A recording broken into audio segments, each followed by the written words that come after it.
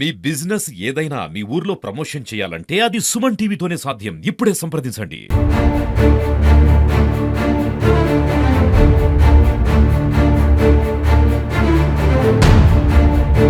సాయంత్రం తీసిపోయారు, ఎప్పుడు తీసిపోయి స్టేషన్కి తీసిపోయారంట. తీసిపోయినాక బాగా కొట్టారంట. కానీ కొడుకు ఊరికి చెప్పుకోలేదు.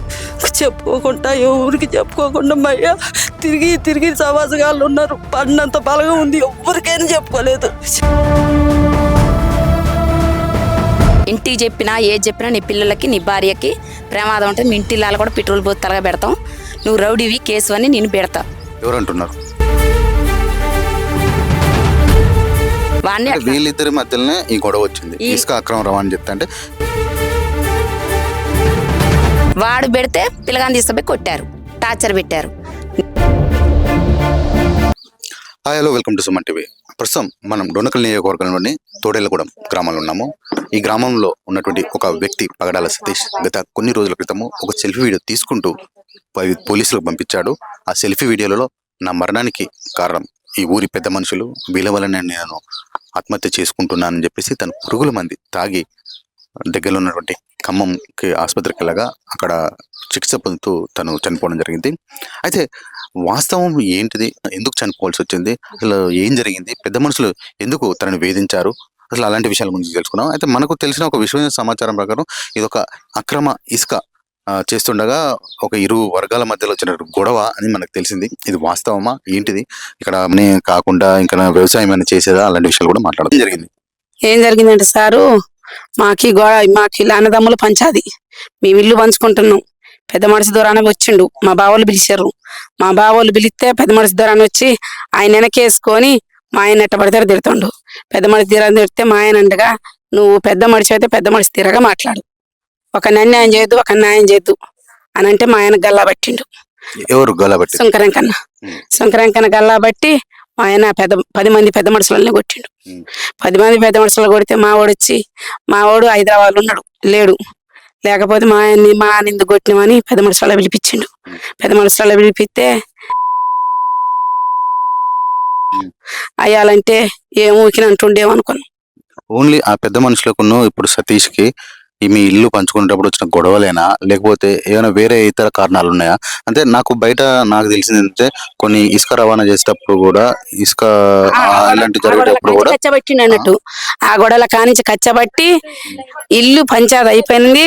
ఇల్లు అయిపోయింది. అప్పటి నుంచి కడుపులో పెట్టుకుండు మమ్మల్ని ఎట్లా నిసబెట్టాలి, 3 ఏళ్ల కానించి మమ్మల్ని ఎట్లా దొక్కాలి, ఎట్లా వీళ్ళని ఏం చేయాలని కడుపులో పెట్టుకొని వాడి ఆడ మమ్మల్ని టార్చరు, ఆడికి పోయిన టార్చరు, వాళ్ళనే గయ్యా, వీళ్ళనే గయ్యా, మా పాలనే గయ్యా, పంకోళ్ళనే గయ్యా, ఎక్కడ ఇరికియ్యా, మమ్మల్ని కేసులలో పెట్టియ్యా, అన్ని చేస్తుండు.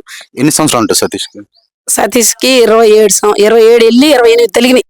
పెళ్ళైందమ్మా? ఇగో పెళ్ళైంది. 2 పిల్లగాలు, చిన్న పిల్లగాలు, 1.5 పిల్ల, 3 సంవత్సరాల కొడుకు. పెళ్ళి ఎన్ని సంవత్సరాలు అవుతుంది? పెళ్ళి ఇప్పుడు 5 సంవత్సరాలు అవుతుంది. 6 సంవత్సరాలు అవుతుంది పెళ్ళి. అంటే ఇప్పుడు మీ పెద్ద మనుషులు ఎవరైతే ఉన్నారో ఇది 3 సంవత్సరాల నుంచి జరుగుతుందా, మొన్నట్లో జరిగింది?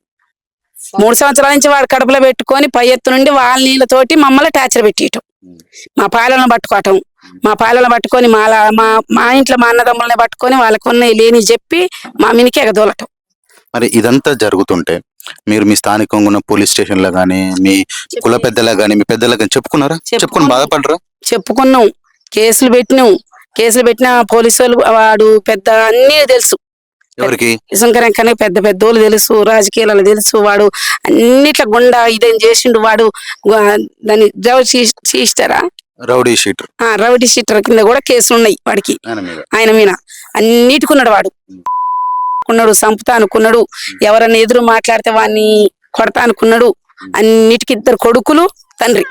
మరి ఇదంతా జరుగుతుంది, పోలీసులకు చెప్తే వాళ్ళు ఏమన్నారు? చెప్తే మమ్మల్ని పోలీసులు పట్టించుకోలే.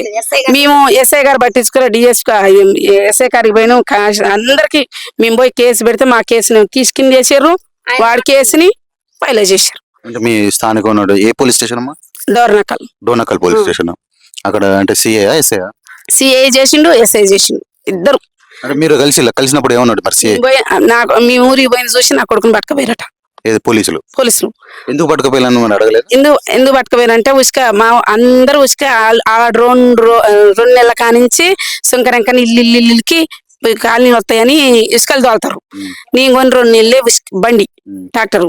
అయితే నేను అనగా చుట్టూ పారి పెట్టుకున్నాను కొడక, ఉసుక అయిపోతే ఉసుక ఆడ దొరుకుతుంది మనకు కూడా 4 ట్రక్కులు దోలు అంతే వెళ్ళా. ఎక్కడిది ఇసుక? ఎక్కడ? ఏట్లే ఏ ఏరు? వాగంట ఏ పేరు? ఎన్ఆర్ పాగులు ఉత్తనే కొట్టకొచ్చిన ఉసుకే. మొత్తానికైతే ఇప్పుడు వాళ్ళ తల్లిగారు చెప్పేది విన్నారు కదా, ఇదంతా ఒక ఇసుక అక్రమ రవాణా చేస్తున్న సమయంలో ఇక్కడ ఒకే కులానికి, ఒకే సామాజిక వర్గం చెందినటువంటి వీళ్ళు, అంటే వాళ్ళ మధ్యలో వచ్చినటువంటి గొడవ అది మెల్లిమెల్లిగా దారి తీస్తూ ఈ గొడవగా మారి, ఏంటంటే వాళ్ళ మీద వీళ్ళ మీద వాళ్ళు పోలీస్ స్టేషన్ లో కంప్లైంట్లు కూడా ఇచ్చుకోవడం జరిగింది, పిటిషన్లు ఇచ్చారు. కానీ పోలీసులు మాత్రం వన్ సైడే మాట్లాడారు అని చెప్పేసి ఇక్కడ వీళ్ళ కుటుంబాలు అంటారు. మాట్లాడి నా కొడుకుని రోజు పొద్దుటీలు సాయంత్రం తీసుకుపోయి అల్ల కూర్చోబెట్టి సెల్లులు ఇవ్వకుండా మాకు ఫోన్లు చెప్తాను సెల్లులీలే నా కొడుక్కి రోజు తండ్రి ముగ్గురు పోయి వాడిని నిలబెట్టి కొట్టించారట.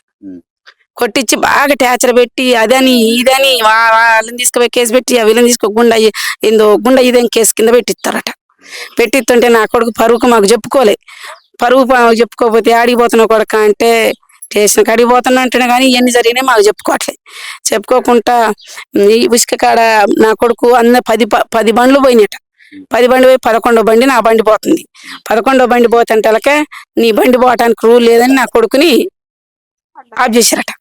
ఆఫ్ చేస్తే నా కొడుకు బండి పక్క దొప్పించి పక్కకేసుకొని పోయిండట. పక్కేసుకొని పోయి రోడ్డు ఎక్కంగానే రోడ్డు మీద అన్నదమ్ములు వచ్చి 2 కొట్టిరట. అయితే ఈ ఊరు పక్కనే, అంటే తోడేలగూడానికి పక్కన ఉన్నటువంటి ఒక వాగులు ఉన్నటువంటి ఇసుకని అక్రమంగా తరలిస్తున్న సమయంలో ఇక్కడ మీ సతీష్ కును ఇదే బండి కూడా పోయింది. ఆయన బండి ఇప్పుడు 2 నెలల నుంచి తోలుతుంది. శంకరం కన్నా పవను చింటి కాదు శరణు ముగ్గురు చేయబట్టికే నా కొడుకు నిలువున చంపారు. అంటే ఈ తోడేలగూడెంలో ఇదే ఇంతకుముందు చెప్పుకున్నట్టు ఈ ఇసుక అక్రమ రవాణా చేస్తున్నట్టు ఈ ముగ్గురు మధ్యలో గొడవలు రావడం జరిగింది. దీనిలో మొదటగా శుంకర వెంకన్న అనే వ్యక్తి మీ గొడవలు రాగా మీరు ఇద్దరు ఒకరి మీద ఒకరు కేసులు పెట్టుకున్నారు. కానీ పోలీసులు మాత్రం ఈయన ఒక్కనే సతీష్ ని మాత్రం పట్టుకుపోయారని చెప్పేసి ఉంటాడు. కానీ సతీష్ కు 27 సంవత్సరాలు, పెళ్ళైంది, 2 పిల్లలు. 27 సంవత్సరాలు అంటే తన జీవితాన్ని మొత్తం చూడకుండానే తను ఈ పెద్ద మనుషులు చూటిపోటి మాటలకి అవి భరించలేక తనకు న్యాయం జరగలేదు అంటే తనకి ఇవన్నీ మాటలు మాట్లాడుతుంటే ఇవన్నీ జరుగుతుంటే కూడా తను కేసుకు వెళ్ళడం జరిగింది, పోలీస్ స్టేషన్ వెళ్ళడం జరిగింది. వెళ్ళినా గానీ అక్కడ తనకు న్యాయం జరగలేదు, వన్ సైడ్ గా వాళ్ళు మాట్లాడుతున్నారని చెప్పేసి ఒక రోజు తను సెల్ఫీ వీడియో తీసుకొని బలన్మరణం చెందాడు.